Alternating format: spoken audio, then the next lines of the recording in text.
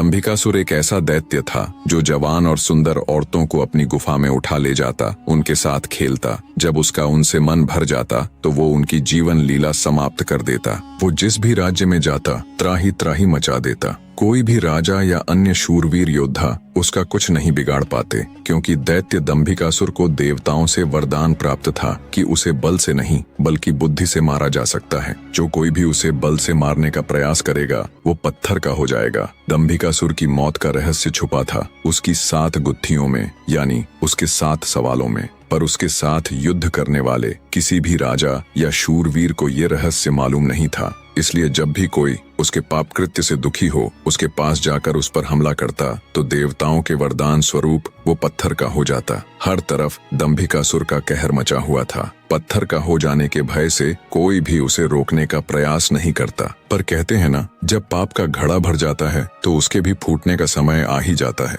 हर जगह अपनी मनमानी कर एक दिन दैत्य दंभिकासुर ने उज्जैन नगरी की तरफ रुख किया। उज्जैन नगरी के ऊपर उस समय महान राजा विक्रमादित्य का शासन था। महाराज विक्रमादित्य न केवल बलशाली थे बल्कि वे बहुत बुद्धिमान भी थे। उन्हें हर प्रकार के कौशल में महारत हासिल थी।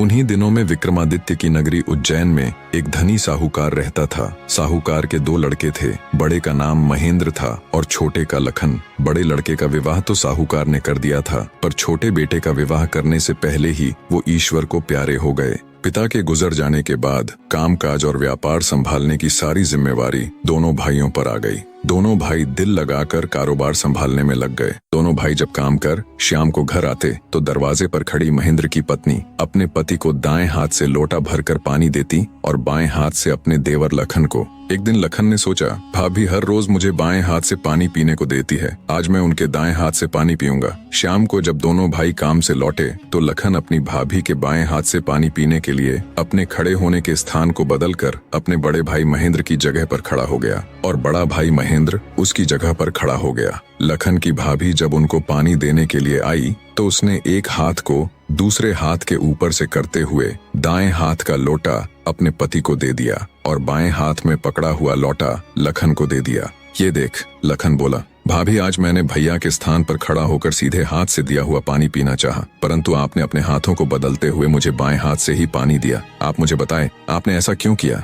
लखन की बात सुनकर उसकी भाभी ने उत्तर दिया, अगर तुम्हें सीधे हाथ का दिया हुआ पानी ही पीना है तो तुम भी अपने लिए सीधे हाथ से पानी पिलाने वाली ले आओ। भाभी की कही हुई बात लखन को चुभ गई। वह बिना पानी पिए ही भाभी से कहने लगा, ये लो तुम अपना पानी का लोटा और मैं यहाँ से जा रहा हूँ और अब मैं तभी वापस आऊंगा जब मुझे सीधे हाथ से पानी देने वाली मिल जाएगी, वरना अपनी शक्ल नहीं दिखाऊंगा। इतना कहकर वो तुरंत मुड़ा और चल पड़ा। ये देख उसके बड़े भाई महेंद्र ने उसे रोकने की बहुत कोशिश की, पर वो नहीं माना और बोला, नहीं भैया, अब तो तभी वापस आऊंगा जब मुझे मेरे योग्य पत्नी मिल जाएगी। इतना कहकर वो घर छोड़कर चल दिया। चलते चलते वह अपने नगर से दूर कांचीपुरम शहर में पहुंच गया। कांचीपुरम का राजा चंद्रसेन एक धार्मिक विचारों वाला व्यक्ति था। उसके राज्य में चारों ओर अमन शांति का माहौल था, परंतु फिर भी राजा चंद्रसेन हमेशा दुखी रहता था। राजा के दुख का कारण था उसकी जवान बेटी चंद्रकला का स्वास्थ्य। चंद्रकला दिखने में तो अत्यंत खूबसूरत थी, पर उसे एक असाध्य रोग ने घेर रखा था, जिस कारण राजकुमारी हमेशा अचेत अवस्था में रहती थी। राजा ने बहुत सारे हकीम और वैद्य राजकुमारी को ठीक करने के लिए लगा रखे थे, लेकिन उनमें से कोई भी राजकुमारी को ठीक नहीं कर पा रहा था। ठीक कर पाना तो दूर, वे राजकुमारी चंद्रा की बीमारी तक नहीं ढूंढ पा रहे थे। राजा को हमेशा यही दुख सताए जाता कि उसकी बेटी का क्या होगा। जब सभी प्रकार के वैद्यों, हकीमों और पूजा पाठ तंत्र मंत्र से भी राजकुमारी चंद्रकला को कोई फायदा नहीं हुआ, तो राजा ने अपने राज्य में यह घोषणा करवा दी कि जो व्यक्ति मेरी बेटी को ठीक करेगा, मैं उसके साथ ही अपनी बेटी चंद्रकला का विवाह कर दूंगा और उसे अपना आधा राज्य भी दूंगा। लखन जब राज्य की राजधानी में पहुंचा तो उसने देखा कि वहां हर तरफ राजकुमारी की चर्चा हो रही थी। राज्य का हर कोई व्यक्ति राजा की घोषणा और राजकुमारी की बीमारी की बात कर रहा था। जब लखन ने एक व्यक्ति से इस बारे में पूछा तो व्यक्ति ने राजकुमारी की बीमारी से लेकर राजा की घोषणा तक का सारा किस्सा लखन को बताया। सारी बातें सुन लखन कुछ देर वहां खड़ा विचार करता रहा, फिर कुछ सोचकर वो राजमहल की तरफ चल पड़ा। एक जिंदा सांप राजा की लड़की के पेट में रहता था। सांप ने राजा की लड़की को अपने वश में किया हुआ था। जब रात होती तो वो कुछ देर के लिए राजकुमारी के मुख से बाहर निकलकर जंगल की तरफ चला जाता और सुबह होने से पहले ही वो फिर से उसके अंदर चला जाता।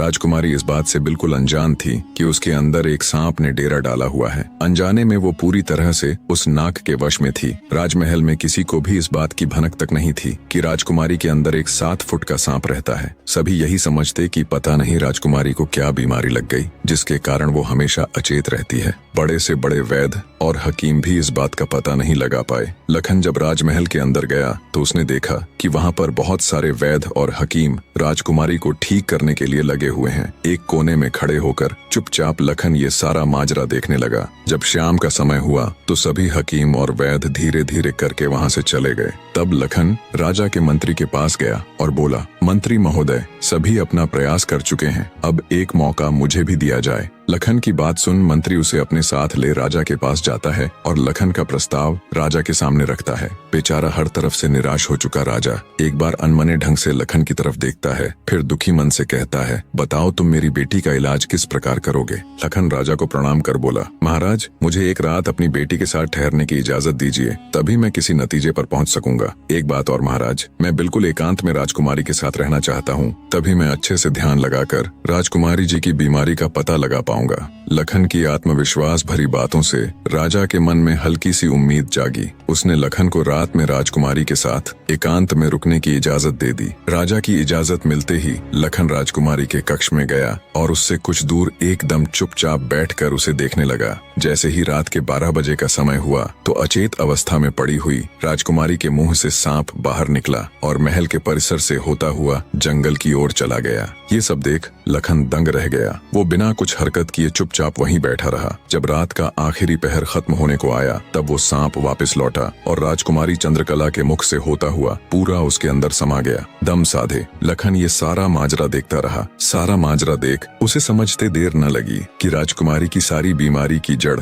ये सांप ही है। सुबह हुई तो राजा चंद्रसेन डर और बेसब्री के मिश्रित भावों के साथ लंबे लंबे कदम रखता हुआ अपने मंत्री के साथ राजकुमारी के कमरे में आया और बेसब्री से उसने लखन से पूछा, बताओ लड़के, तुम किस नतीजे पर पहुंचे? क्या मेरी बेटी ठीक हो जाएगी? लखन बोला, महाराज, मुझे राजकुमारी की बीमारी का पता चल गया है और ईश्वर ने चाहा तो वो जरूर ठीक हो जाएगी। आप मुझे एक रात का समय और दीजिए और मेरे लिए एक तलवार, एक मिट्टी से भरी हुई बड़ी सी बाल्टी का इंतजाम कर दीजिए। लखन की बात सुन राजा को बहुत सुकून मिला। उसने मंत्री को लखन के द्वारा मांगा गया सारा सामान उसे देने का निर्देश दिया। अब सभी को इंतजार था तो बस रात का।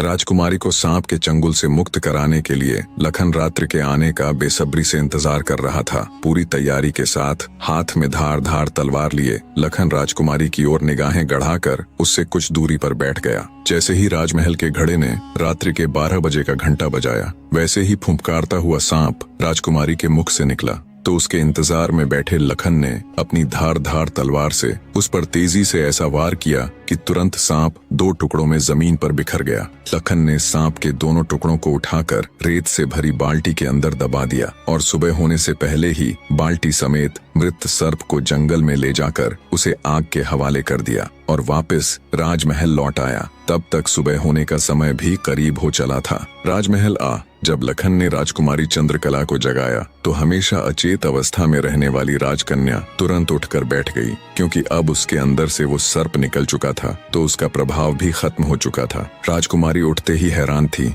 उसे ऐसा लग रहा था जैसे पता नहीं वो कितने सालों से नींद में थी। जब लखन ने राजकुमारी से उसके स्वास्थ्य के बारे में पूछा तो अचंभित राजकुमारी ने अपने आप को बिल्कुल ठीक बताया। तब तक सुबह भी हो चुकी थी। उधर राजा भी पूरी रात सोया नहीं था। उसे बस इंतजार था तो सुबह का। जैसे ही सुबह हुई राजा बेसब्री से भागा भागा राजकुमारी के कक्ष में आया। जब उसने बिल्कुल सही सलामत अपनी बेटी को बैठे और बात करते पाया तो उसकी खुशी का ठिकाना ना रहा। आंखों में अश्रु लिए राजा ने तुरंत अपनी लाडली बेटी को गले लगा लिया। भरे हृदय से राजा ने हाथ जोड़कर लखन का शुक्रिया अदा किया और अपनी शर्त के अनुसार राजकुमारी चंद्रकला का विवाह लखन के साथ कर दिया। जब राजा ने लखन को अपना आधा राज्यपाट देना चाहा तो लखन ने राज्य लेने से साफ मना कर दिया। ऐसा स्वाभिमानी दामाद पाकर राजा चंद्रसेन खुशी से फूला नहीं समाया। उसने खुशी खुशी बहुत सारा धन देकर अपनी बेटी चंद्रकला को लखन के साथ विदा कर दिया। जब राजकुमारी चंद्रकला को ले लखन अपने राज्य उज्जैन नगरी पहुंचा